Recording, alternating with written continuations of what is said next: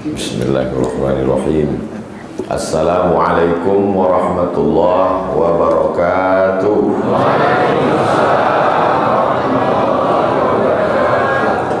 Alhamdulillah wassalatu wassalamu ala Rasulillah Sayyidina wa maulana Muhammad ibni Abdullah wa ala alihi wa sahbihi wa man tabi'ahu wa mawala.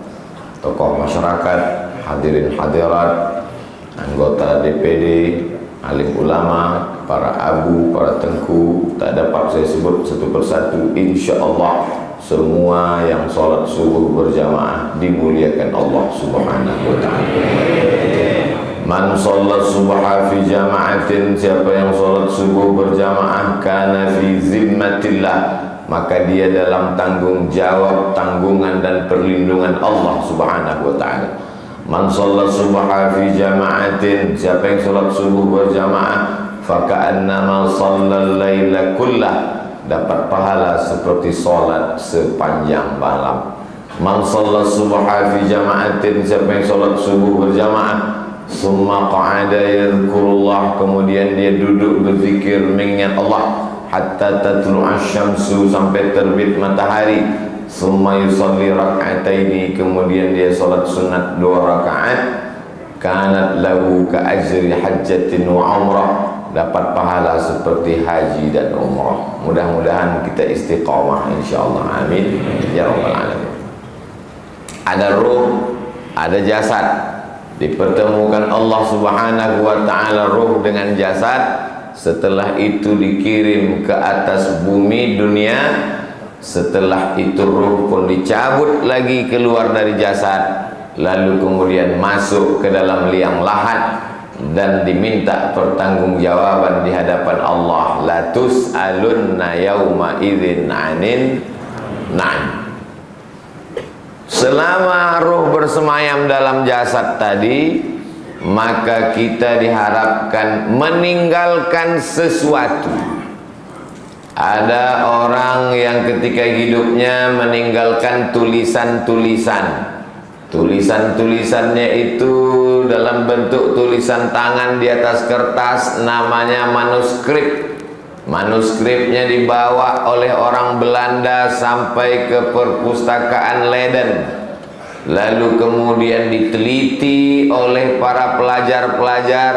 Akhirnya mereka pun mendapatkan gelar doktor. Di antaranya tulisan-tulisan oleh Syekh Hamzah Fansuri. Orang Malaysia dapat gelar doktor dari Universitas Cambridge University Inggris, namanya Sayyid Najib Al-Attas, tulisannya Syed Naqib Al-Atas. Mysticism, tasawuf, Syekh Hamzah Fansuri. Ada orang tidak Islam namanya Atiu, juga meneliti tentang beliau. Tidak diteliti tentang tasawufnya, tapi yang diteliti adalah sastra Melayunya. Dan beliau adalah bapak syair puisi Nusantara. Akhirnya tulisan-tulisannya menjadi inspirasi sampai hari kiamat insyaallah. Ada orang selama hidupnya tidak pernah menulis. Ini maksud saya, ini kita nanti memilih kita mau buat apa. Lalu anak-anak muda pun berpikir, kalau sekedar menulis, saya udah banyak menulis Pak Ustaz. Apa yang kau tulis? Status. Ada orang selama hidupnya dia tidak ada menulis, tapi dia pernah berkuasa. Dan selama dia berkuasa itu, dia ambil hak orang yang kuat, dia berikan kepada yang lemah. Orang yang lemah, yang tak punya kuasa, dia bantu dengan kekuatannya.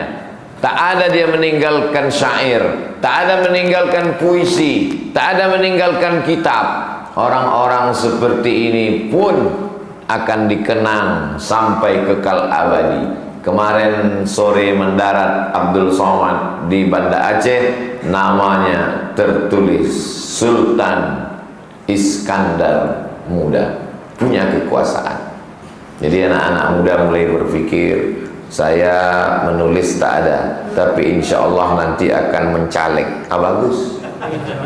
Karena dengan kekuasaan itu, dengan tinta di ujung jari bisa menolong. 20% anggaran APBN, APBD untuk pendidikan agama Islam, daya membangun masjid dengan kekuasaan. Ini pun manusia luar biasa. Sab'atun yudhilluhumullah, 7 manusia yang mendapatkan naungan Allah yauma la dhilla illa dhilluh. Hari itu tak ada tempat bernaung, tempat berlindung kecuali naungan Allah. Mereka adalah al-imamul adil, pemimpin yang adil. Mudah-mudahan dari sekian banyak anak muda ini ada 1, 2, 3 menjadi pemimpin yang adil.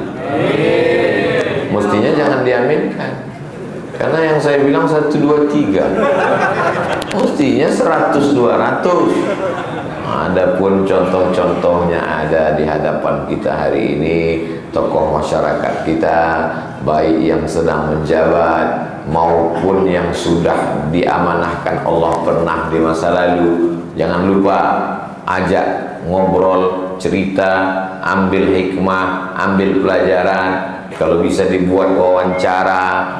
Sekarang lagi tren wawancara, namanya podcast. Anak-anak muda yang punya channel, yang berpikiran untuk mengabadikan jadi sebuah sejarah, ini bagus sekali. Yang belum punya channel, buat channel. Yang sudah punya channel, belum dilihat orang, nanti kita endorse. Subscribe, like, and share. Ada yang meninggalkan tulisan, meninggal, mati, jasadnya hilang, tapi tulisannya kekal. Ada yang meninggalkan jabatan, menulis sejarah, meninggal, tapi pernah dia berbuat sesuatu untuk kemanusiaan, untuk Islam, untuk umat. Tapi yang paling hebat adalah bukunya ada, dan dia juga meninggalkan bangunan yang luar biasa. Siapalah orang Melayu di Nusantara yang bisa membukukan, menuliskan Al-Quran, menterjemahkan dalam bahasa Melayu? Bukan dari Riau, bahasa Indonesia diambil dari bahasa Melayu Riau, tapi justru namanya tertulis di depan saya ini. Nama kitabnya Tarjuman Al-Mustafid. Terjemah Al-Mustafid bagi orang yang mau mengambil manfaat faedah. Tarjuman Al-Mustafid, terjemah bagi orang yang mau mengambil manfaat dan faedah. 30 juz dibolak-balik oleh Abdul Ghafur yang merubah namanya selama 6 bulan selama di kota Makkah Al-Mukarramah. Snowhorn. Dia tengok, apa ini? Ini kan cuma intisari dari tafsir Baydawi, kata dia. Menyepelekan Syekh Abdul Rauf yang saya sebut Abdul Rauf, yang tertulis di sini Abdul Rauf, yang berbicara ini Abdul Somad. Mudah-mudahan dekat namanya, walaupun amalnya jauh, tapi saya berharap kalaulah mati hendaknya bersamalah dengan orang-orang soleh ini, insyaallah. Baiknya jamaah, diaminkannya. Padahal saya tak ada ngajak-ngajak dia. Itulah tulusnya hati. Orang yang mau mendoakan orang lain, dikirim Allah malaikat. Apa kata malaikat? Amin. Kabulkan doa orang ini. Walaka misluh, kau dapat yang sama seperti yang kau aminkan. Itu maka kita disuruh selalu mendoakan orang lain.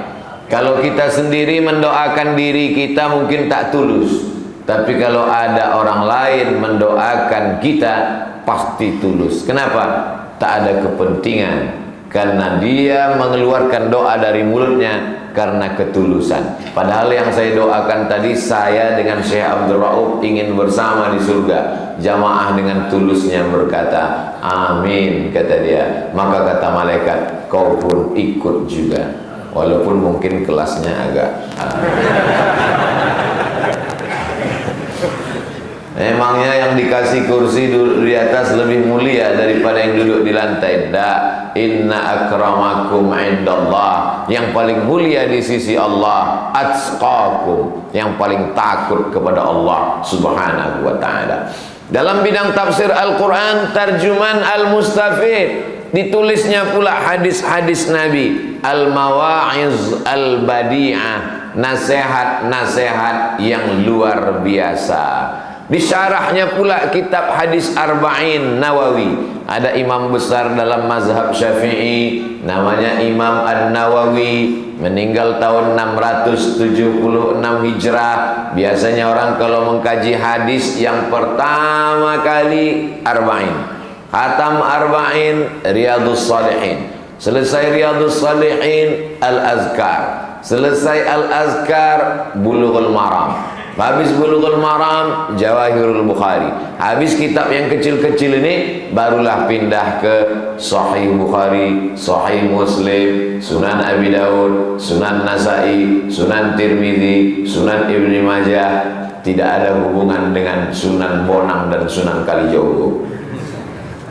Sunnah satu, dua sunnah, sunnatani, sunnah, sunan. Itu maka disebut dia dengan Sunan Abi Daud, karena sunnah yang ditulis oleh Imam Abi Daud, maka disebut dengan Sunan Abi Daud. Adapun Sunan Kalijogo, Sunan Wali Songo, itu diambil dari kata susunan, karena kalau dia berjalan jumpa tangannya disusun, menunjukkan penghormatan. Disusun, susunan, maka disebut. Mana tahu anak kita nanti nanya di rumah, ya, apa beda Sunan Ibni Majah dengan Sunan Bonang dan Sunan Gunung Jati? Tak usah tanya-tanya, banyak tanya, itu Yahudi. Karena dia tak bisa menjawab. Kalau satu itu sunnah, kalau dua sunnatani, kalau tiga namanya sunan. Datang ulama, disusunnya sunnah Rasulullah, maka disesuaikan dengan penyusunnya. Kalau yang menyusun namanya Imam Tirmidzi, maka disebut dengan Sunan Tirmidzi. Kalau yang menyusunnya Imam Darimi, disebut dengan Sunan Darimi. Adapun Sunan Gunung Jati, Sunan Kalijogo, Sunan itu adalah orang yang kalau berjumpa dengan mereka tangan disusun 10 jari, 11 dengan kepala, memuliakan, disebut dengan Sunan. Mereka meninggalkan tafsir. Ada tasawuf bukan cuman meninggalkan kitab. Beliau meninggalkan murid yang datang dari 3 arah. Datang muridnya dari arah timur Indonesia, Pulau Sulawesi, Makassar, seorang bernama Syekh Yusuf Al-Makassari. Makassar. Bayangkan itu dari Makassar. Saya saja dari Pekanbaru naik pesawat ke Cengkareng 1 jam 40 menit. Transit di Jakarta, dari Jakarta barulah sampai ke kota paling jauh di dunia, Ujung Pandang. Dirubah namanya jadi Makassar. Sekarang saja pun naik pesawat jauh. Zaman beliau dulu ada orang yang keinginannya menuntut ilmu luar biasa, datang dari Makassar, dihempas ombak, dipukul gelombang sampai ke Banda Aceh, mengambil baiat tarekat Syattariyah yang didirikan oleh Syekh Abdullah Syattari Al-Hindi. Syattar artinya setengah, syatru setengah, setengah untuk Allah, setengah untuk hamba Allah. Syatiri, orang yang mengamalkan tarekat itu dengan tarekat Syattariyah. Abdullah Syattari Al-Hindi dari India, dan Syekh Abdul Rauf mengambil itu dari guru beliau di kota Al-Madinah Al-Munawwarah, Al-Imam Ahmad Al-Qushashi. Lalu kemudian turun kepada beliau Ibrahim Al-Qurani, turun kepada beliau, lalu turun kepada Syekh Yusuf Al-Makassari.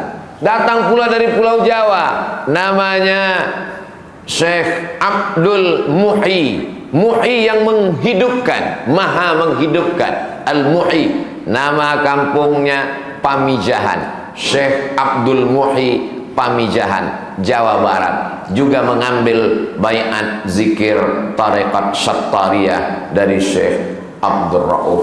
Lalu kemudian adalah seorang anak datang dari kampung bernama Ulakan. Ulakan itu sebuah negeri disebut dengan Pariaman. Sekarang nama kabupaten Pariaman. Pariaman itu sendiri orang-orang Arab yang datang dari Jazirah Arab, ketika mereka berlayar di tengah lautan, mereka melihat ada daratan. Kalau sudah sampai ke daratan, maka kita akan merasa aman. Daratan itu bahasa Arabnya barri, sedangkan tenang itu bahasa Arabnya aman. Barri aman, kata dia. Ada daratan, kalau kita sampai ke sana aman. Barri aman, disebut Pariaman. Lalu kemudian ada satu kampung kecil Ulakan. Datanglah seorang anak dari kampung kecil Ulakan ini, dipukul ombak, dihempas gelombang, melewati batu karang, dari pantai Ulakan sampai dia ke pantai Banda Aceh. Lalu didatanginya Tuan Syekh ini. Anaknya lemah, badannya kecil, tapi rupanya Syekh Abdul Rauf sudah mendapat ilham bahwa nanti suatu masa akan datang seorang anak kecil, begini bentuk fisiknya, dia nanti akan menyebarkan ilmu. Sampai hari ini majlis teramai di Sumatera Barat disebut dengan majlis Basapa. Sapa diambil dari kata bulan Safar, karena di bulan Safar mereka berkumpul beramai-ramai. Mursyid tarekat Syattariyah Syekh Burhanuddin Ulakan. Burhan yang menjelaskan, yang menerangkan, yang sebelumnya gelap, yang sebelumnya tak jelas, menjadi jelas tentang masalah agama ini. Burhanuddin, orang yang menjelaskan agama. Nama aslinya bukan itu. Ketika dia datang namanya Pono. Lalu kemudian datang Syekh, diajarnya, dididiknya, dirobahnya namanya menjadi orang yang hebat. Suatu ketika Syekh Abdul Rauf memakan sirih. Orang dulu makan sirih itu, maka orang dulu giginya sehat, karena ternyata sirih, gambir dengan pinang itu menyehatkan. Takut ulat-ulat itu menengok warnanya.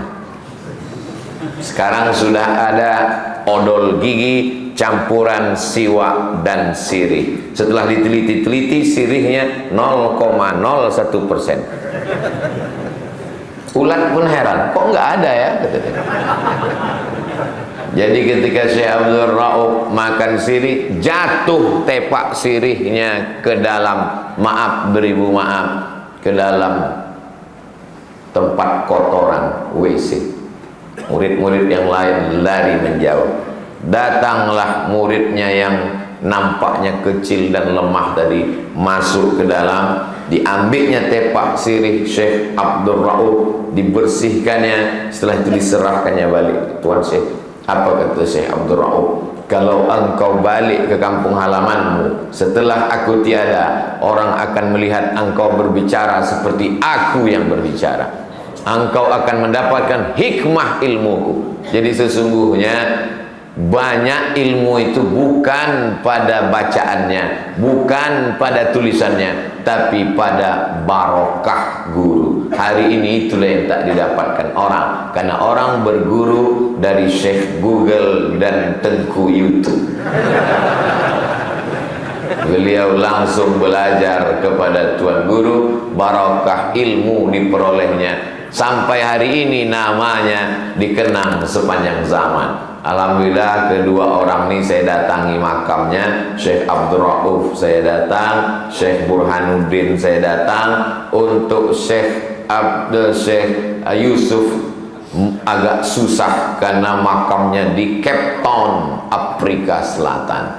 Allah Ta'ala ingin menunjukkan bagi yang menghina orang tasawuf, orang tarekat, Apa itu orang tarekat? Cuman berzikir dalam kelambu. La ilaha illallah.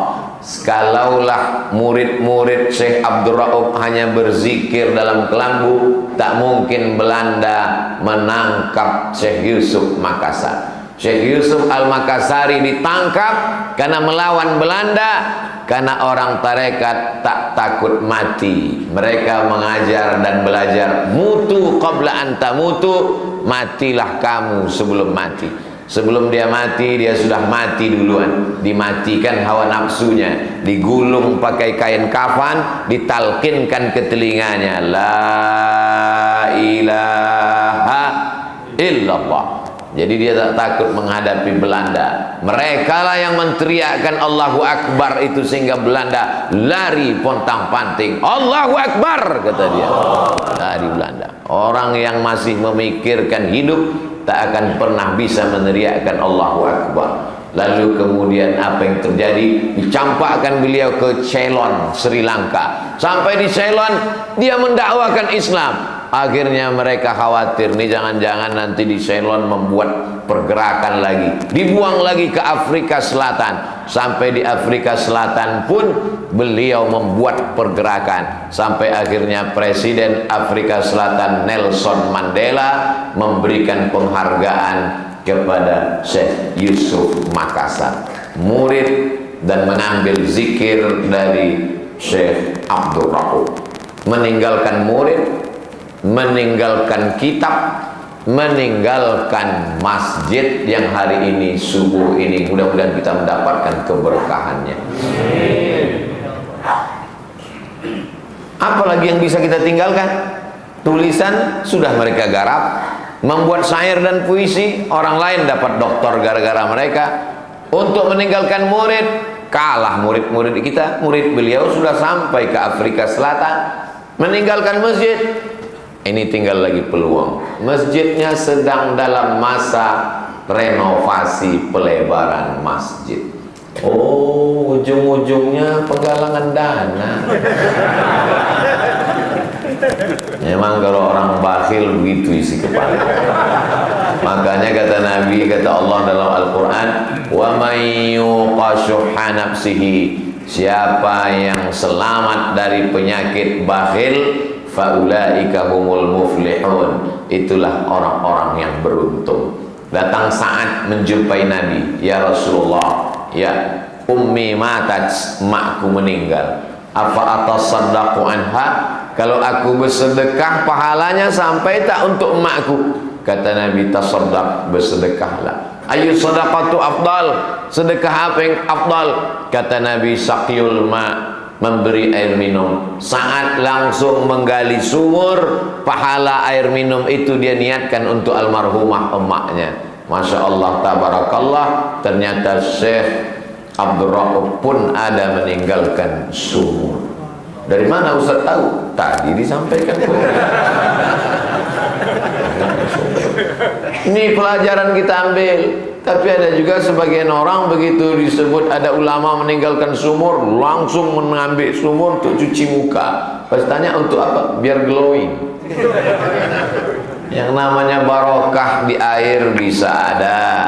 Imam Ahmad bin Hanbal mengusap mihrab. Mihrab Nabi itu tangganya 3, 1, 2, 3. Mimbar Nabi tempat khutbah itu tangganya 3, 1, 2, 3. Datang Imam Ahmad bin Hanbal mengusap bekas tapak kaki Nabi, habis itu diusapnya ke wajahnya, diciumnya. Orang bertanya, kenapa kau lakukan itu Imam Ahmad bin Hanbal? Tabarruk, mengambil barokah. Padahal jarak Imam Ahmad dengan Nabi, Imam Ahmad meninggal tahun 241 Hijrah di kota Baghdad. Barokah tidak hilang. Mudah-mudahan sedikit banyak kebarokahan Tuan Syekh Abdul Rauf melimpah pula ke kita insyaallah. Ustaz, dari mana kita tahu kita dapat barokah atau tidak? Tengok subuh besok. Kalau subuh besok masih ramai sholat berjamaah, berarti dapat barokah. Tapi kalau tidak ramai, berarti sekedar dapat streaming. Sampai jam berapa kita tausiah nih Ustaz? Sampai syuruk, terbit matahari, lewatkan 12 menit. Payah kami mau menengok matahari terbit, lewatkan pula 12 menit, kan payah menghitungnya. Mudah, tengok aja maghrib jam berapa. Maghrib jam 6.36. Berarti jam 6.36 kita sudah boleh sholat sunat isyraq. Cuman jam ini agak ikhtilaf antara yang di atas dan di bawah. 6.28, 6.26. Ikhtilafu ummati rahmah. Ikhtilaf jam ini insyaallah rahmah. Kalau terjadi ikhtilaf 28 dengan 26, mana yang kita pakai? Pakai 26. Karena kalau kita pakai 29, mana tahu kurang 2 menit. Tapi kalau kita pakai 26, maka andai berlebih tak masalah. Lebih baik lebih daripada kurang. Begitu juga dengan duit tadi. Lebih 1 sak semen tak apa. Dibelikanlah 1000 sak semen untuk rumah. Kamarnya 5 semua ada, kamar mandi pakai keramik dan batu alam. Cantik luar biasa. Ruang tamu pakai kolam ikan koi dari Jepang. Setiap tamu yang datang menengok rumah macam menengok kucing. Kita yang mencarikan duitnya pagi, petang, siang, dan malam. Arsiteknya kita yang mencari. Ini salah pasang, bongkar pasang lagi. Begitu kita mati, tidak ada 1 jengkal pun di rumah itu yang mau menerima kita. Betul cakap saya? Tapi masjid cuman kita kasih 1, 2, 3 sak semen, itulah yang akan kekal abadi. Yang sudah sempat buat rumah 1000 sak, bukan maksud saya rumah itu dibongkar, biarkan. Tapi kalau bisa imbangkanlah. Untuk masjid ini kasih juga 999 sak. Udah aku sampaikan. Saya menyampaikan ini tidak ada niat untuk menyinggung perasaan, tidak ada. Hanya sekedar watawasau bil haq watawasau bisabr. Terima kasih Ustaz Somad. Gara-gara Ustaz sampaikan dulu tentang rumah itulah akhirnya terbuka pintu hatiku. Kukirim pula 1000 sak supaya seimbang seperti doaku. Rabbana atina fid dunya hasanah wa fil akhirati hasanah. Lebih lama di dunia apa di akhirat? Di akhirat. Lebih lama di dunia atau di alam kubur? Di alam kubur. Lebih lama di sana daripada walal akhiratu khairul laka minal ula wal akhiratu khairu wa abqa. Lebih lama di sana. Kalau memang manusia itu yakin lebih lama di sana, mengapa untuk yang di sini 1000 sak semen, mengapa untuk yang di sana 1 sak semen?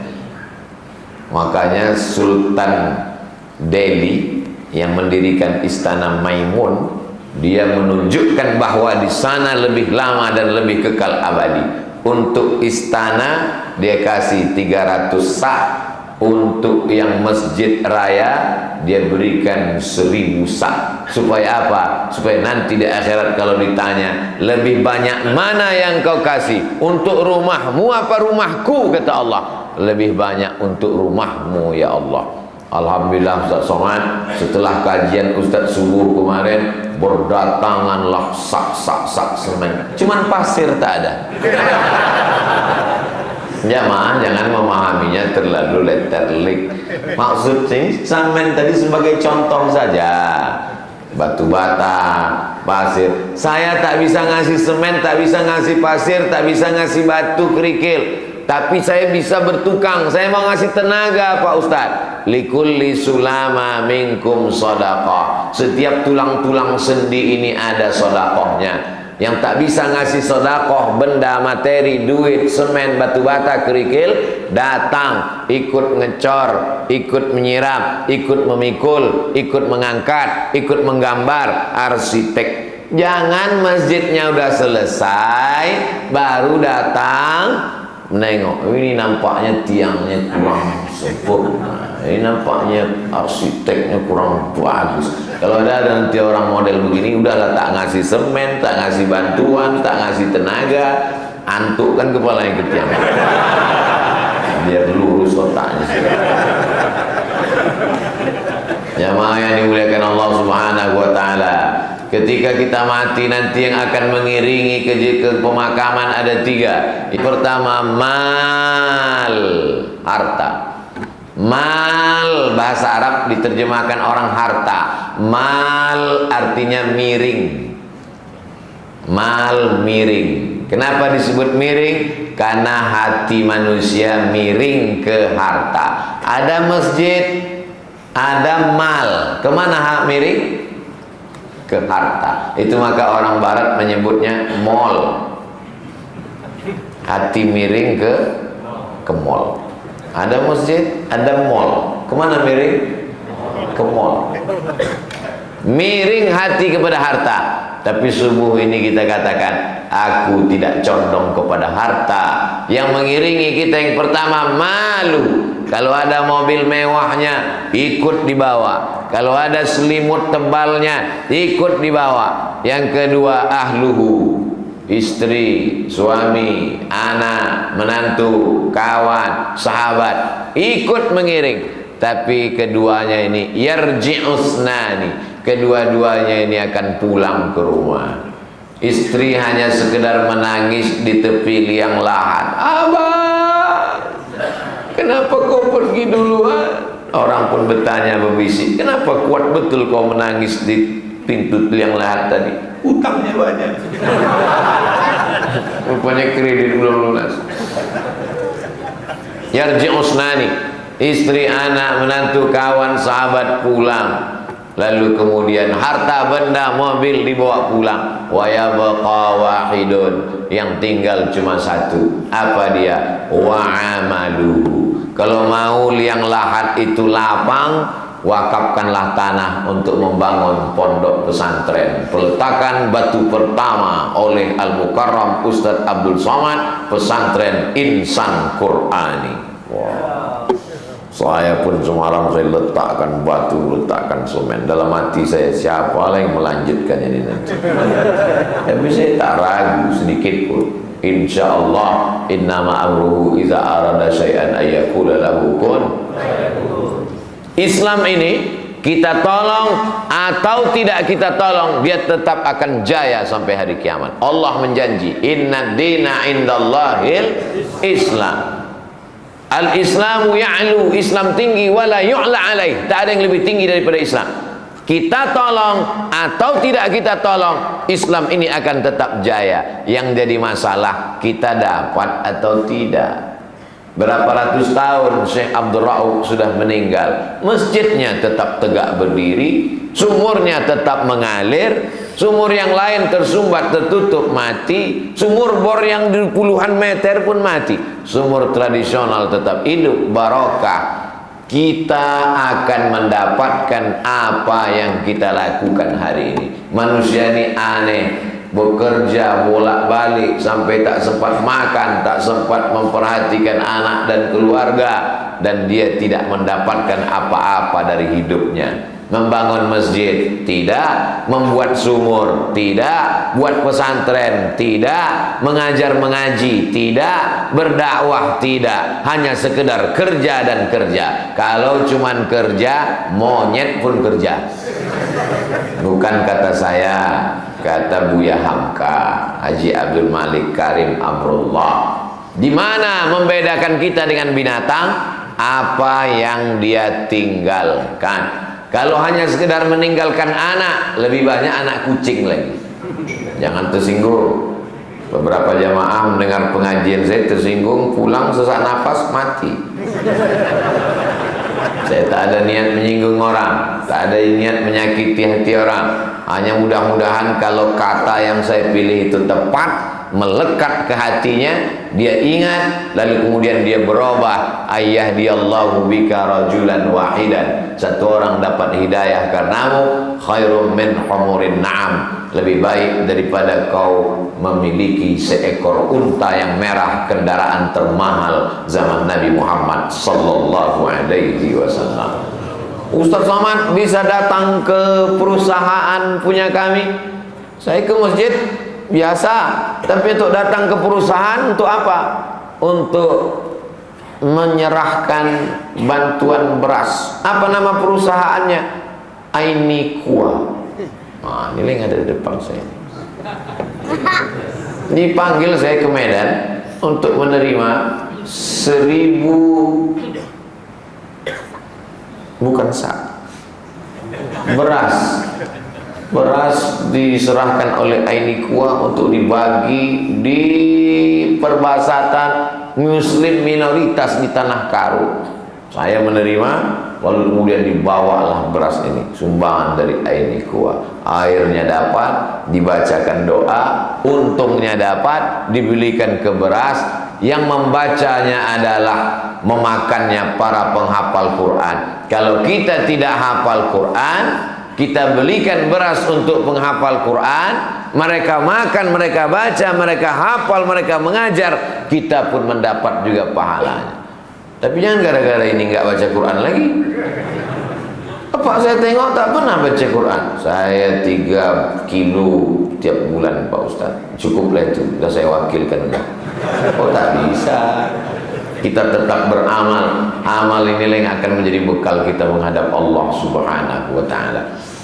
Subuh ini sudah saya sampaikan tentang meninggalkan tulisan, meninggalkan bangunan, meninggalkan sumur air, meninggalkan murid-murid, meninggalkan ilmu pengetahuan.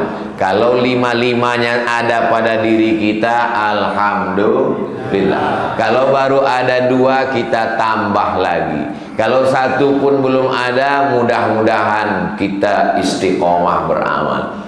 Tapi kalau dalam hati aku meninggalkan apapun, tak perlulah, berarti sudah kena khatamallahu ala qulubihim wa ala sam'ihim wa ala absarihim ghishawa. 38, 39, 40. Ketiga-tiganya sudah lewat waktu untuk melaksanakan salat sunat isyraq. Usalli sunnatal isyraq raka'ataini lillahi ta'ala. Bagi yang tidak pakai usolli, Allahu Akbar, kedua-duanya sah karena niat di mulut untuk menguatkan apa yang dalam hati. Bedanya dengan duha Ustaz, kalau duha tidak bersyarat, tidak mesti ada duduk di masjid, tak mesti berzikir dulu, tak mesti sholat subuh berjamaah. Jadi kalau ada orang mau masuk kantor jam 7.30, jam 7 dia sholat, jam 7 sholat dia. Tadi subuhnya di rumah, habis sholat subuh tak ada zikir, langsung sarapan, langsung kemudian sholat, maka disebut dengan sholat sunat duha.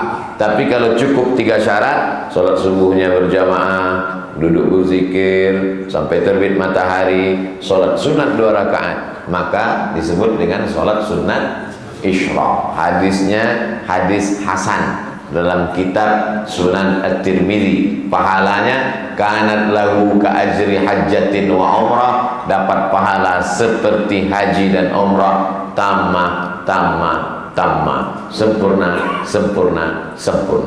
Yang bisa, yang masih ada wudhunya, sholat sunat. Begitu jamaah sholat sunat, saya pun bisa keluar dengan aman. Untuk segala kebaikan-kebaikan kita di masa akan datang, kita berdoa kepada Allah ala hazihin niyah. Al-Fatihah. A'udzubillahi minasyaitonir rajim. Bismillahirrahmanirrahim. Alhamdulillahirabbil alamin arrahmanir rahim maliki yaumiddin. Iyyaka na'budu wa iyyaka nasta'in. Ihdinas siratal mustaqim, siratal ladzina an'amta 'alaihim ghairil maghdubi 'alaihim waladdallin. Amin. Allahumma awsil sawaba ma qara'nahu min suratil Fatihah. Sampaikanlah pahala bacaan surat Al-Fatihah yang kami baca kepada Syekh Abdul Rauf As-Singkili, Syekh Yusuf Al-Makassari, Syekh Burhanuddin Ulakan, Syekh Abdul Muhyi Pamijahan, wa jami'il muslimina wal muslimat. Allahumma ja'al quburahum rawdatan min riyadil jinan, la taj'al quburahum hufratan min hufarin niran. Kami mohon kepada Engkau dengan kemuliaan wali-walimu, orang-orang yang saleh, antiyassir lana umurana, mudahkan urusan kami, wa tufarrij qulubana, lepaskan kami dari kesulitan, wa taqdi hajatina, tunaikan hajat kami, wa tuballigh maqasidana, sampaikan maksud niat baik kami, waj'al abna'ana wa banatina minas salihin was salihat, jadikan anak-anak kami menjadi para alim ulama, orang soleh dan solehah, minal mujahidina fi sabilika bi amwalihim wa anfusihim, mereka memperjuangkan agamamu dengan harta dan nyawa mereka. Allahumma ja'alna min mu'ammiri masajidik, jadikan kami orang yang memakmurkan masjidmu dengan salat berjamaah. Allahumma dafa'na al-ghala wal waba wal fahsya wal riba wal zina wal suyuf al mukhtalifata wal syada'ida wal mihan ma zahara minha wa ma batan min baladina hadha nahru aji darussalam wa min buldanil muslimina amma. Selamatkan anak-anak muda kami dari narkoba, dari zina, dari LGBT, dari perbuatan keji dan mungkar. Allahumma a'inna, ya Allah tolong hati kami, ala zikrika, supaya selalu berzikir mengingatmu, wa syukrika, selalu bersyukur kepadamu, wa husna ibadatik, selalu beribadah dengan ibadah yang terbaik.